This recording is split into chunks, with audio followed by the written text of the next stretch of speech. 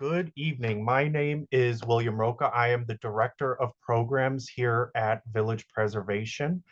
Very excited for you to join us this evening for this presentation honoring the bicentennial of the Erie Canal. Before we dive into this evening's presentation, if you're unfamiliar with Village Preservation, just give me a second to tell you a little bit more about us.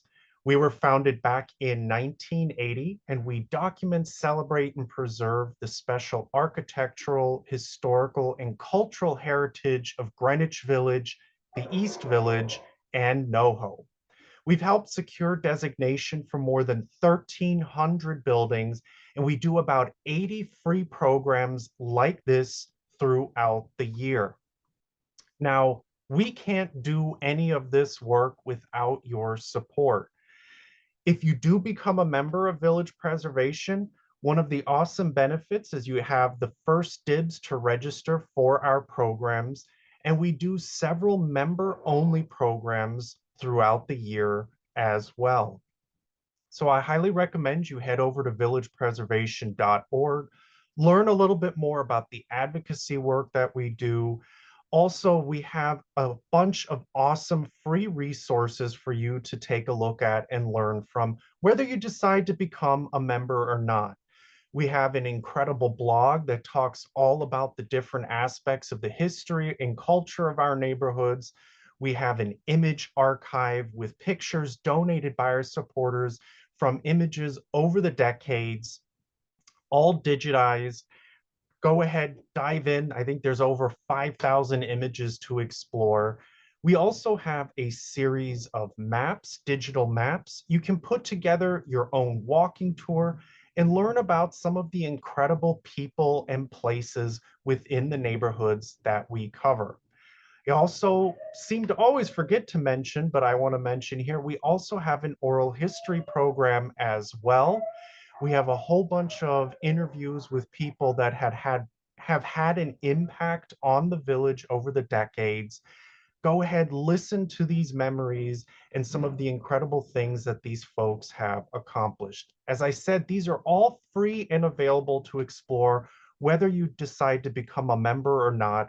But if you do become inspired to join us or at least donate, you can go ahead and scan that QR code that you see on your screen right there, or just head over to villagepreservation.org. Now, we have a bunch of other great programs coming up here in November. For those of us who live in our neighborhoods, on the 13th of November, we're having a meet and greet with our newly elected District 2 City Council member, Harvey Epstein. Please go ahead, read up on the website how to register for that. And then on the 18th, we're having a webinar, Recovering H.T. Tsiang's Union Square, about this writer. Very fascinating program. So I hope you'll join us for these two upcoming programs, but also explore some of the other programs later in the month as well. But now I'm excited to dive into what we are going to talk about this evening, the bicentennial of the Erie Canal from Waterway to World Power, presented by yours truly. Now, I am Director of Programs here at Village Preservation, but I am an enormous maritime history buff. Now, I've done some walking tours and presentations about the Greenwich Village waterfront. My own personal passion is the great ocean liners. Think of Titanic and Lusitania. Now, I was only vaguely familiar with the Erie Canal myself. I had previously worked at the South Street Seaport Museum, and the Erie Canal was talked about there because it helped contribute to making New York this great city that it is. And we are going to talk about this. But I have to admit, I have a bit of a confession to make.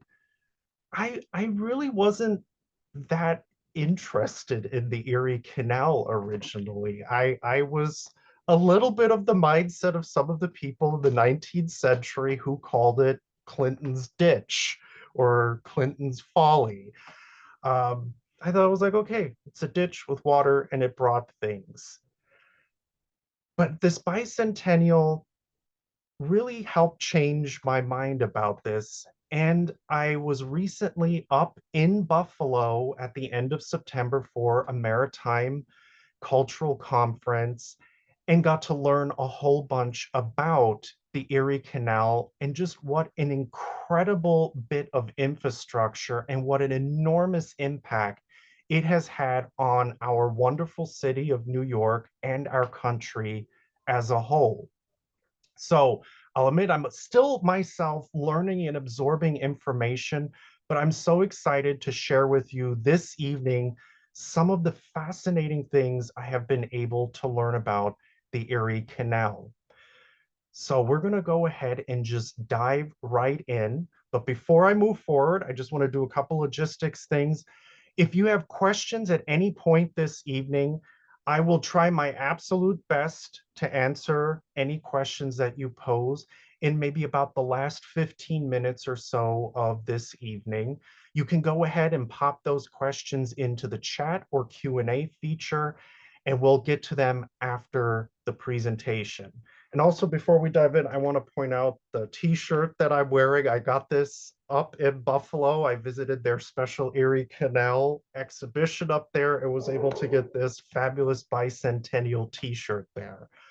But anyway, let's go ahead and dive into the history celebrating 200 years of the Erie Canal.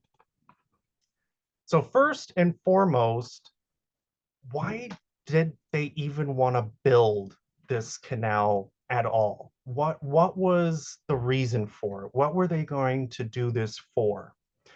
So this is a quote from New York's governor, 1816, DeWitt Clinton, and he stated, "However serious the fear which we have been entertained of a dismemberment of the Union by collisions between the North and the South, the most important danger lies in another direction. A line of separation may be eventually drawn between the Atlantic and the Western states, unless they are cemented by a common and ever acting and a powerful interest." So, what did DeWitt Clinton mean here? Well, at the start of the 19th century, the majority of Americans still lived in the original, what had been the original 13 colonies along the Atlantic coast. But they were now expanding westwards over the Appalachian Mountains. But the mountains posed a gigantic barrier. And the fear was that the country itself could actually split as more people moved west because these mountains just posed such a formidable barrier. And let's take a look at a map to help get a better idea of it. So this is a lovely geographic map of New York State. And you can see how the Alleghenies and the Adirondacks really dominate the majority of the state. And this is also why, though, New York was eventually chosen to build the canal, because New York had the upper hand compared to most of the other states. And if you take a look here on the middle of the map, you'll see the little Mohawk River, the Mohawk River Valley, where we see Utica. This was a nice little gorge going from east to west. This little luck of ice age geography would allow New York State to build the Erie Canal. The fear of the country splitting east and west had already gone back all the way to the 18th century, to when the British were still in charge. And even our first president, George Washington himself, was very, very aware of what a great barrier the mountains pose between East and West. He himself had attempted to actually turn the Potomac River into a semi-style canal to connect East and West. He wasn't successful in that regard, But other items were being built as well. The Pennsylvania Turnpike, a road through Baltimore, but none of these was proving quite successful because transporting along a land route was simply so prohibitively expensive.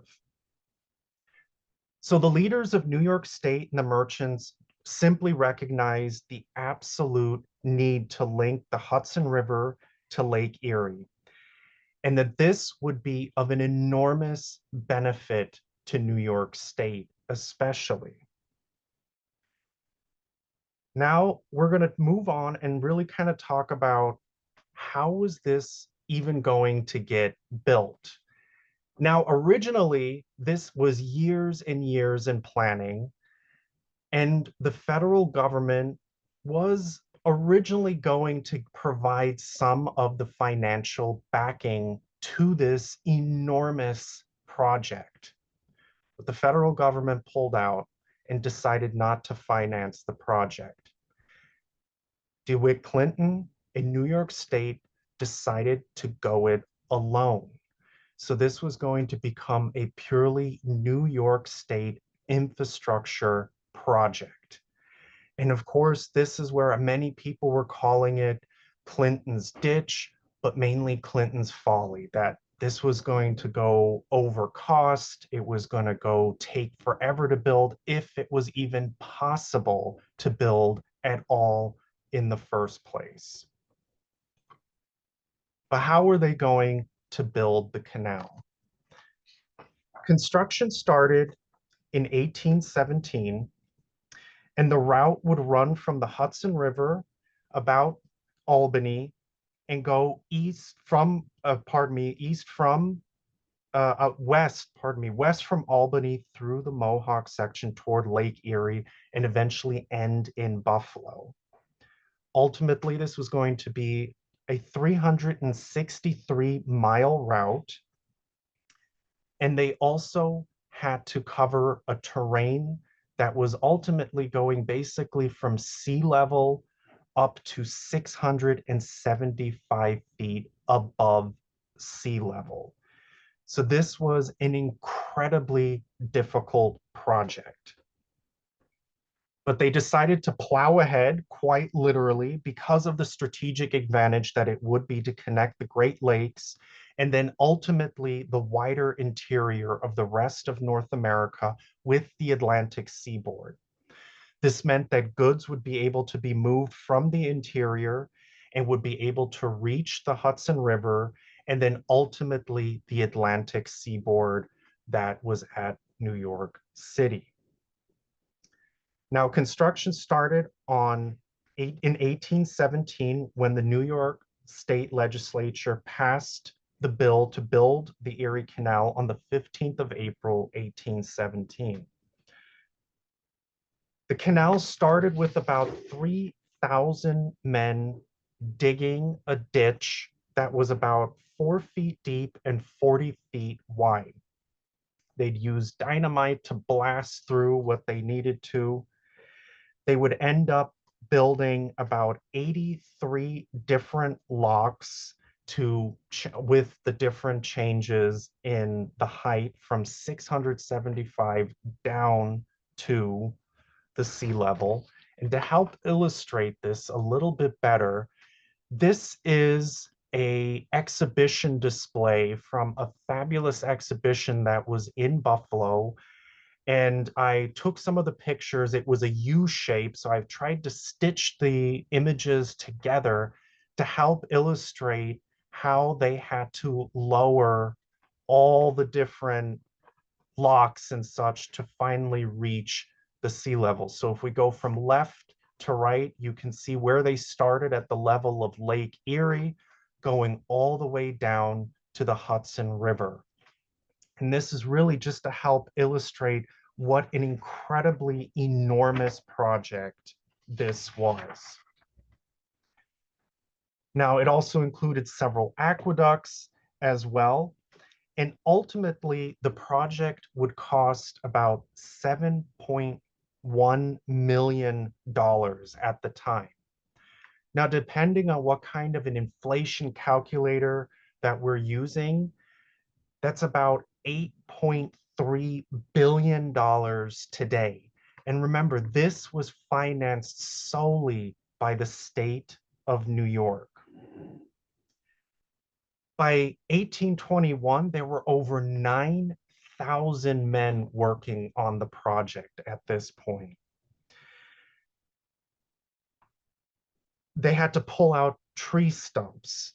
They using animals to pull these poor tree stumps out, to blast through rock, as I mentioned, with explosives and dynamite. Laborers were paid about 50 cents a day.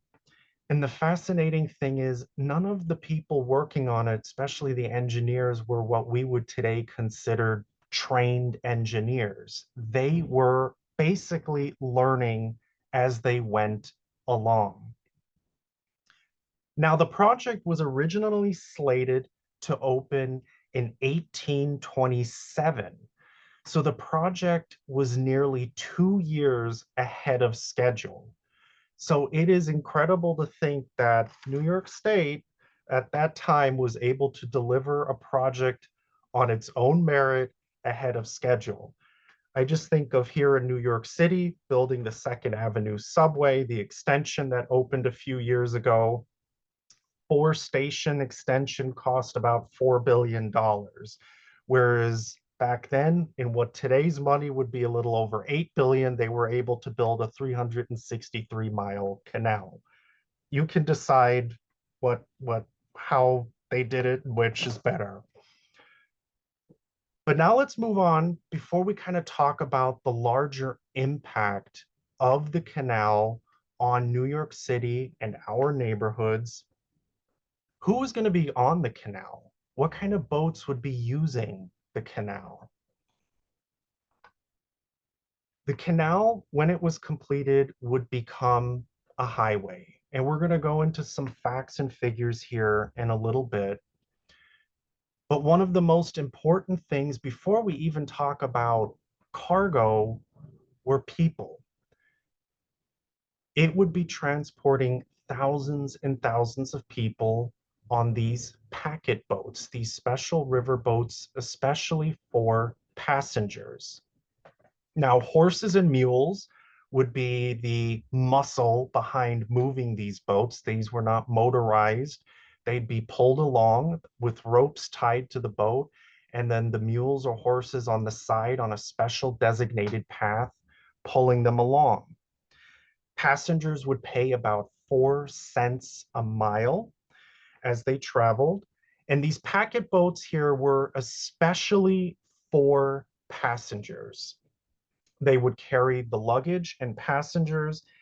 And some of these boats were about 60 to 80 feet long, but they really squeezed folks onto these little boats. Some of them could have up to 60 and 70 berths, and maybe as many as 100 passengers. And if you were not one of the lucky ones to grab a bunk on one of these boats, you would probably be sleeping on the floor. But this would be a highway for the movement of immigrants as they arrived in New York, and would be one of the reasons that New York will continue to become the main draw for immigrants, because then they could travel up the river onto the canal, and then if they would settle into the different parts of the country, could take boats on the Great Lakes to go either further, even further into the interior of the country. Some of these idealized paintings, they were very nice and cozy. Most of the time, people did sit on top of the boats because, especially during the warm weather months, it'd just be so hot and stuffy on the boats. So they would just sit on top, but definitely had to duck their heads when they were going under bridges. Now, one of the other most popular boats on the Erie Canal, especially in the early years, was the line boat. And I was very, very, very lucky to find out when I was in Buffalo that the Buffalo Maritime Center, in honor of the Bicentennial, built this lovely boat right here. This is a picture I took of this, a recreation of the Seneca Chief. And we're going to hear more about the barge, the Seneca Chief, in just a little bit. But the Buffalo Maritime Center had spent several years recreating this Erie Canal boat to prepare it to honor the 200th anniversary. And on October 26th, it was docked here on the west side of Manhattan at Pier 26 on the Hudson River Park. And I was lucky enough to have a chance to go visit it and take a look on the inside. And here's some pictures I was able to take of the interior of the ship. This was built by volunteers at the Buffalo Maritime Center. So kudos to those wonderful volunteers for working so many years to put together this beautiful, beautiful recreation. But it's also, I was able to take some pictures to show you the inside of what one of these line boats or packet boats would have looked like. So you can get a little bit of an idea of what life was like with these bunks, little kitchen and stove there. But what about the cargo? So in the 18th century and in the early years of the Erie Canal, there were these little tiny flat-bottomed open boats called Durham boats. And these really would be the majority of the cargo carriers. The cargo barges and ships would advance with the coming decades, of course. So here's from the late 19th century an image of one of the grain barges. And we're going to talk a little bit about the impact of all of this cargo that was going to be carried by the Erie Canal. Now, I was able to visit the Seneca Chief, the recreation of the Seneca Chief, this past October 26th. October 26th, this year was the official 200th anniversary of the opening of the Erie Canal. But I want to talk about a little bit more about what happened on the 4th of November, 1825. So yesterday would have been was the 200th anniversary for the final ceremony and celebration of the opening of the Erie Canal. So October 26, 1825, Governor DeWitt Clinton is probably feeling very good about himself. He boards the original Seneca Chief at Lake Erie with a whole bunch of dignitaries. And then they would spend the next 10 days going down the Erie Canal, folks coming from the towns and villages along the canal, waving and celebrating, and then ultimately arriving in New York on November 4th, 1825. So as they come down the Hudson, go past Greenwich Village waterfront, past the Battery, they're met by a small little steamboat carrying officials from the city of New York, and they call out to the governor on the Seneca Chief, "Whence come you, and where are you bound?" And they call back, "From Lake Erie, bound for Sandy Hook." And Sandy Hook is the official marker of the Port of New York, the entrance to the Port of New York. After this announcement, there is a gun salute from the Battery. The Seneca Chief continues to go down to the Narrows. You can see there's a whole parade of other ships in the harbor excited to meet the Seneca Chief. You see this drawing here, the Grand Canal Celebration, as it's called. And then at the Narrows, Governor DeWitt Clinton takes his barrel of Lake Erie water that he had collected on the 26th there of October, just a few days before, and pours it into New York Harbor. And this is the wedding of the waters, the official connecting of Lake Erie and the Port of New York. all of this is laced with an incredible amount of symbolism. The schooner Porpoise had met the Seneca chief with the governor there, and there was an official deputation of Neptune, basically like ambassadors of the sea, to meet the governor carrying the water from Lake Erie. Now, after this wedding of the waters, the party was not yet over. It was just getting started. There was a grand parade of 6 people across with soldiers, firemen, city officials. They marched up from the Battery, up Greenwich Street to Canal Street, then over to Broadway up to Broome, across the Bowery, down Pearl Street, back to the Battery, and then up Broadway again to City Hall. Over 2/3 of the city's population at this time, well over 100,000 people turned out. And this was, at this time, the largest gathering of people in North America at that time. That is incredible to think about. Think about New York City today. All 5 boroughs, we have a population of about 8.5 million people. Can you imagine 6 million people coming out for an event? Or even if it was just the population of Manhattan today, that would be 1.2 million people out on the streets. The city was completely illuminated with candles. Private homes and businesses and hotels and the coffee houses all had candles and bunting out to celebrate. And then at 10 p.m., City Hall was illuminated by a giant firework display, which we have a picture of right here. This was a big deal.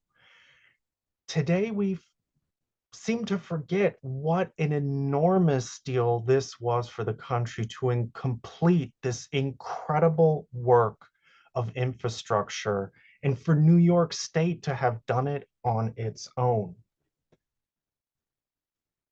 They recognized how important it was before even the real impact would be felt. But what was that impact? It would transform New York.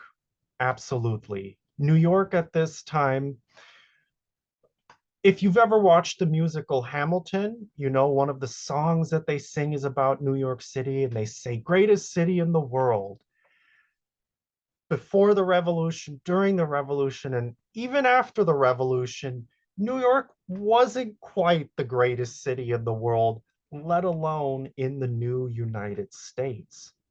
We were still competing with the likes of Boston, Philadelphia, but the Erie Canal would be one of the most transformative elements in turning New York City into the busiest port in the country, which would turn it into the largest city in the country, and eventually the largest and busiest port in the entire world less than 100 years later. One of the main effects of the Erie Canal is that the cost to transport goods absolutely plummeted. Some say by up to 90%. To help put this into a little perspective, before the canal, you had to travel only about 130 miles before your profits were cut in half by transport costs. Think about that, only 130 miles, and your profits would be cut in half. It simply wasn't profitable to move large amount of goods, let alone it being even easy to do so. But with the canal open, your profits wouldn't be cut in half until traveling about 2,800 miles. So you can just imagine how much cheaper it was to move goods now. And a journey over land that used to take well over 2 weeks could be now completed in a few days. So they would travel across these 83 different locks and eventually come down to New York City. But the impact along the canal can also not be overstated. The populations of cities like Rochester and Buffalo and Utica would absolutely skyrocket. Rochester's population would grow by 238% just within a few decades. Buffalo grew also by 283%. And Buffalo at one time would have the largest number per capita of millionaires. This was an absolute boon for the entire state. Now, as I said, the focus would be, though, here on New York City. It made us the national hub for goods from across the country.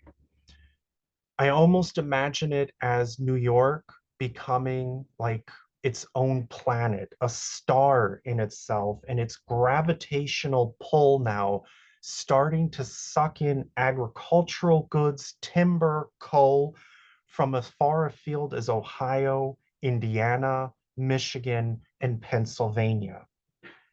Just in the first year, what had just started as 42 barges arriving in New York daily would explode into dozens and dozens more. 221,000 barrels of flour, 435,000 gallons of whiskey, 600,000 bushels of wheat. The tolls alone collected in that first year would be worth over $500,000. And eventually those tolls would easily cover the costs of the entire construction of the canal. Freight value in the first couple of years was about $15 million. But by the mid-19th century, it was well over $200 million and double that what was being collected in ports such as New Orleans along the Mississippi River. By the 1830s, New York City basically became I almost think of it, it's like a giant passenger terminal, freight and passenger terminal. This map from 1860s Lower Manhattan, and you can see here on the right, the Greenwich Village waterfront, all those little piers, those little fingers sticking out. And at one year in the 1830s, it was recorded that there were over 1,200 ships packed along Manhattan's East River and Hudson River waterfront. The city simply grew exponentially. Though through basically until the start of the 20th century, the city's population would basically double every 20 years. It was a knock-on effect. All the goods coming from the Midwest, coming through the port of New York, made it the hub for everything being exported, but also all of the imports coming into the country as well could now travel up the canal and out to the rest of the United States. Think of when we think of like general stores in those frontier towns and the clothes and stoves and all of those items, that was all coming through the port of New York. Now, and I forgot to mention at the beginning, our co-sponsor this evening is the Merchants House Museum. So thank you to the Merchants House Museum before I forget that. But what reminded me here is the Treadwell family. One of the items that they had were stoves and tin items, cast iron items. So they imported those goods and those would be shipped up the Erie Canal to the rest of the country. But as I also mentioned earlier, immigrants. immigrants arriving here at the Port of New York will continue to be drawn in ever greater numbers to the Port of New York because first, the city of New York's economy continued to grow and grow from industry and waterfront work to being able to travel up the canal into the rest of the country. At one point, New York would be bringing in well over 3/4 of all immigrants arriving across the Atlantic would be coming through the port of New York. Now, this increase of goods and traffic through New York meant more demand for piers and shipping and warehouses. And this was a rapid expansion along the Greenwich Village waterfront and along the East Village waterfront, which at one time was also known for its dry docks as well. Now, if you want to learn a little bit more about some of that, definitely go to our blog, and we have a couple of blogs about how the Erie Canal impacted both the Greenwich Village and East River waterfronts as well. But the industry was an absolute explosion. So it had done its job. It had helped unify the country, connected East and West, and it made New York the greatest city in the United States, the hub of almost all of the country's imports and exports coming through the port of New York. And the city simply exploded. Growth along the canal, an explosion of the cities within New York State. But the canal also has a very mixed legacy as well. In the 19th century, the indigenous people of New York were still here and still had their native lands. But the canal would be built through those lands, the ancestral homelands of the Haudenosaunee Confederacy, and this included the Mohawk, Oneida, Seneca, Onondaga, Cayuga, and Tuscarora people, and the Mohican Nation. The canal building and the rapid expansions of the city would accelerate the dispossession and disruption of the traditional way of life of New York's indigenous people. So for the indigenous communities of New York that are still here today, the construction of the canal can be seen as a source of trauma for those people, a loss of land, broken treaties, and also the construction that was so difficult also required a great deal of environmental destruction, the destruction of beautiful virgin forests. As more and more migrants moved in, it increased the marginalization of the indigenous people and their eventual movement even to reservations outside of New York State. So it is a very mixed legacy as well. But the long-term impact of the Erie Canal is that it would remain a critical part of New York State infrastructure. It would be expanded several times, and even basically a new canal being built starting in 1903 and completed in 1918 as it continued to try to compete with the ever expanding railways within New York State. But there is no denying the impact that the Erie Canal had on New York City and New York. It made us the Empire State. The amount of trade, freight, agriculture that moved along it, and the movement of people and ideas can simply not be overstated. Here's a map of the expansion of the canals through all the way into the early 20th century. Across the country, right after the canal was completed, there was a bit of a canal boom. But now to kind of summarize it all, the Erie Canal, completed in 1825, was more than just a ditch. It was a transformative piece of infrastructure that linked the Atlantic to the American interior. It carved a route through some of the most challenging geography imaginable, revolutionized transportation and commerce, and helped make New York City the preeminent port in the country and at one time the entire world. It spurred rapid growth in upstate New York, the Midwest, but it did leave a mixed legacy. One of it being one of our country's greatest engineering triumphs, creating economic integration, but also causing indigenous dispossession and environmental transformation. So we should always take a moment to reflect on the impact of what we build and what we create, especially here on this 200th anniversary of the Erie Canal.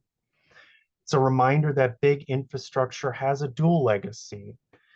Today, as a place of recreation and heritage, but also a lens on the development of our nation. So thank you very, very much. And I want to share some of the resources that I was used. The Wedding of the Waters by Peter Bernstein was an absolutely fabulous book. There's a couple of other great books, but I also wanted to share some of the different websites that were resources for this presentation and also were the source of some of the beautiful images that we've seen. But now I am excited to take a look at some of the questions here. So first, did any workers get killed? Yes, unfortunately, workers were killed. They didn't really keep any strict records, so we don't really know an absolute number of workers killed. All right, what else do we have here?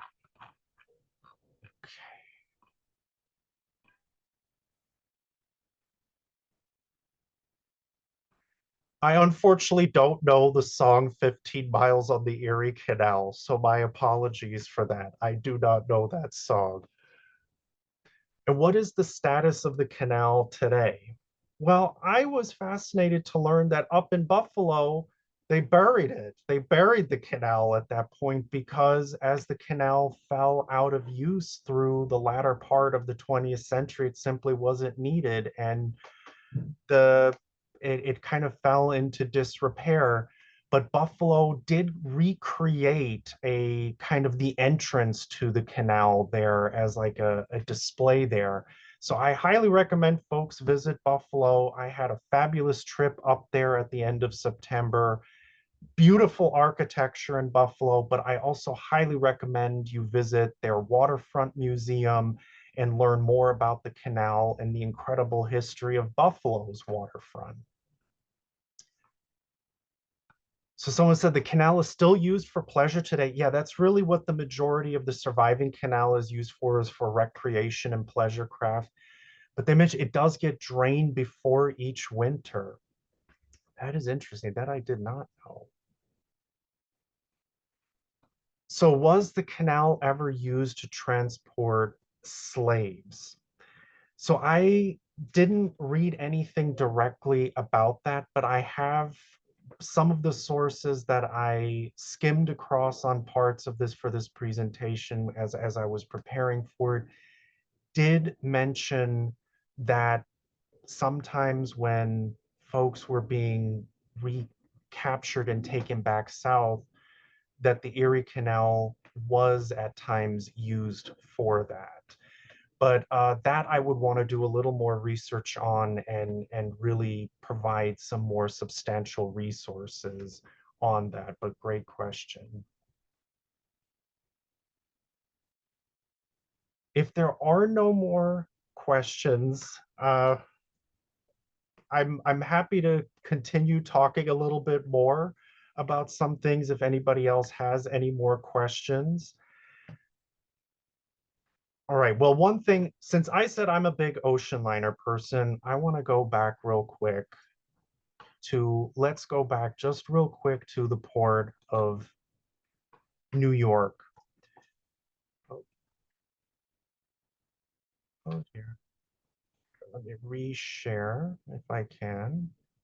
Well, apologies about that, folks. My computer is a little bit on the fritz there. But one of the things with New York and why the impact of the Erie Canal was almost exponentially increased is at the same time, New York City was this cauldron of maritime innovation. And some of the innovations that were being developed here in New York City were Robert Fulton and the steamboat. He had done his first journey in 1809. Then in 1818, New York City became the home of what's considered the first ocean liner or actual packet ship. The terms are a little bit interchangeable. And what this meant was the innovation is not going to sound very mind blowing when I talk about it, is the ship stuck to a schedule. And that was mind blowing for the age because ships advertised schedules, but they were under no obligation to stick to them. The captain would wait till the cargo hold is full, or if it was rainy or stormy, they wouldn't go out. But 1818, some Quaker merchants here in New York City established the Black Ball Line, sailing to Liverpool. January 1818, they advertised the ship is going, and it went. And they stuck to that schedule, and it was an enormous success for them. And the development of these ocean liners would then also have a knock-on effect, as now merchants had a reliable way of predicting when goods would arrive. They would ship more and more because more shipping companies now picked up this ocean liner model of sailing on a set schedule. That's how a lot of these consumer goods were then being shipped here to New York, and then the canal used to ship them out to the rest of the country. Then they also got into the business of passenger transport, especially migrants, because with more reliable schedule for the actual sailing of a ship, passengers would be more willing to sail. Increase in economic activity in the United States drew more migrants. They would now come on ships. New York being the major port of call, eventually either stay within New York or use the canal to go further up. So New York City really at the time of the canal, you have the ocean liner, the steamboat, and the Erie Canal, all basically within a decade of each other, these major maritime developments. And then these would have knock-on effects of the development of great shopping emporiums and shopping centers because you had these massive amounts of consumer goods arriving on the port. So it really wasn't worth selling in a little shop on the side. You now wanted things like department stores. We think of Lord and Taylor and Macy's. The development of the hotel industries as merchants from around the country would many times come down the Erie Canal to come to New York City, to go to the great auction houses, to buy the products, to sell those products back in their shops in the rest of the country.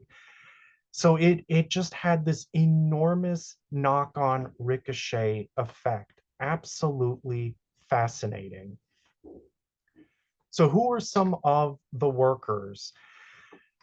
So the workers really were a lot of Irish and Welsh immigrants. These were the ones actually building the Erie Canal.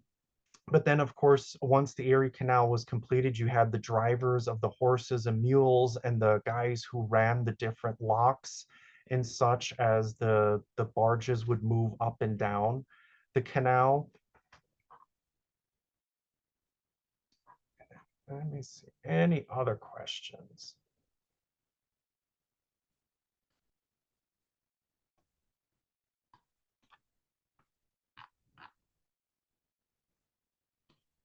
Is Buffalo's Erie Canal exhibit permanent? I actually don't know that off the top of my head. I would highly recommend you go to the research Erie Canal Bicentennial Buffalo, and you'll be able to get to the website. I did have those links on the webpage, and we'll share those links in the follow-up email with everybody.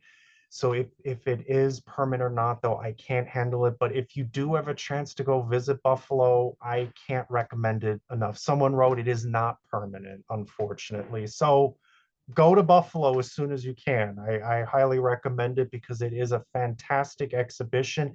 And the exhibition, I forgot to mention, is actually the place where they built that recreation of the Seneca Chief. It is in that facility. So it's a fantastic little tie-in.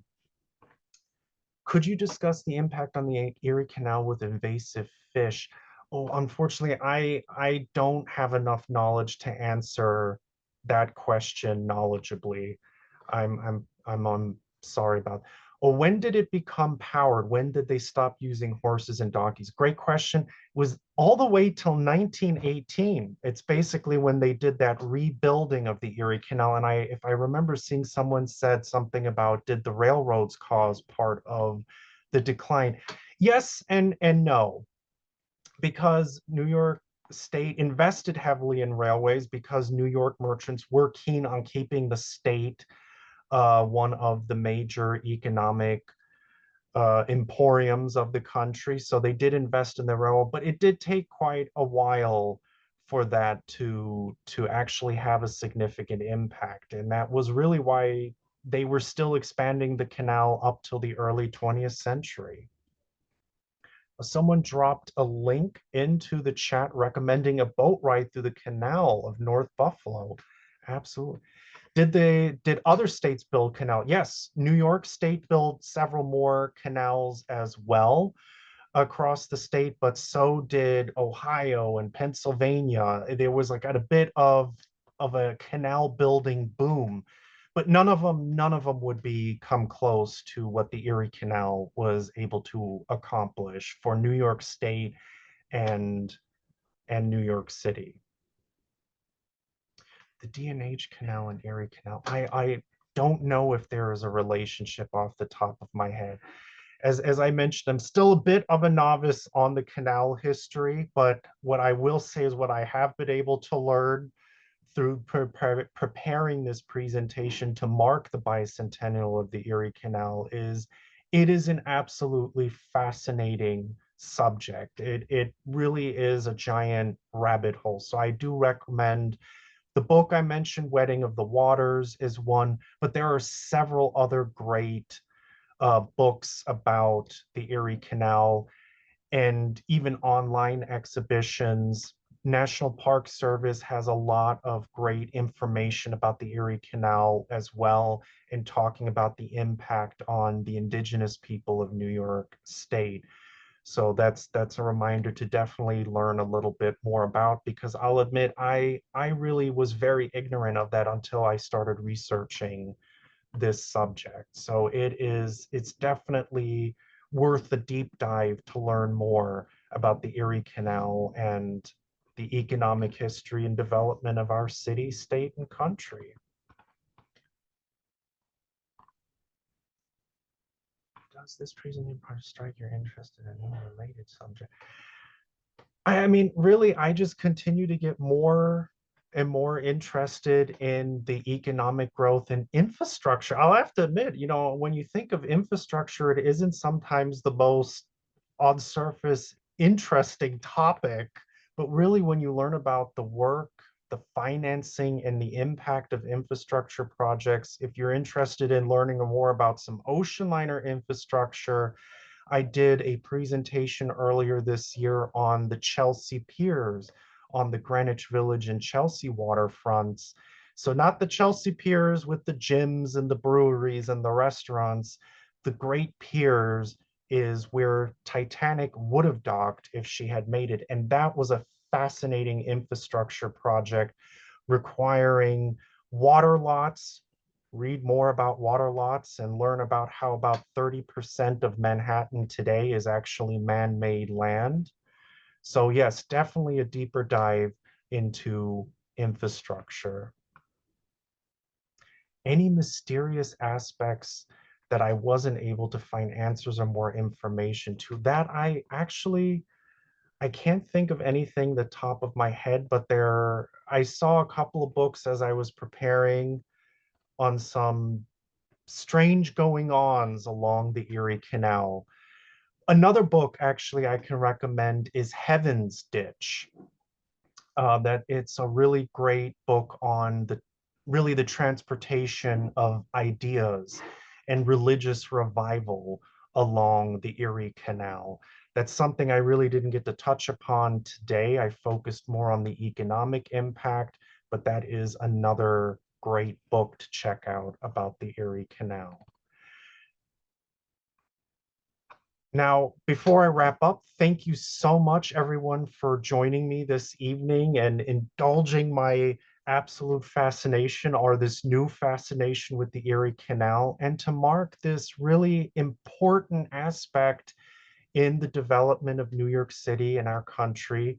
I can't highly recommend that you go out and recommend enough that you go out and learn more. Thank you so much for spending your time this evening with us. I really, really appreciate it. Thank you again to the Merchants House Museum for being a co-sponsor on this presentation with us this evening. We always love working with the Merchants House Museum. Please go to their website, merchantshouse.org. Learn about some of their struggles right now that they're going through. Please sign those petitions to help protect Merchants House Museum, an absolute gem. But I also recommend just go ahead and visit Merchants House Museum.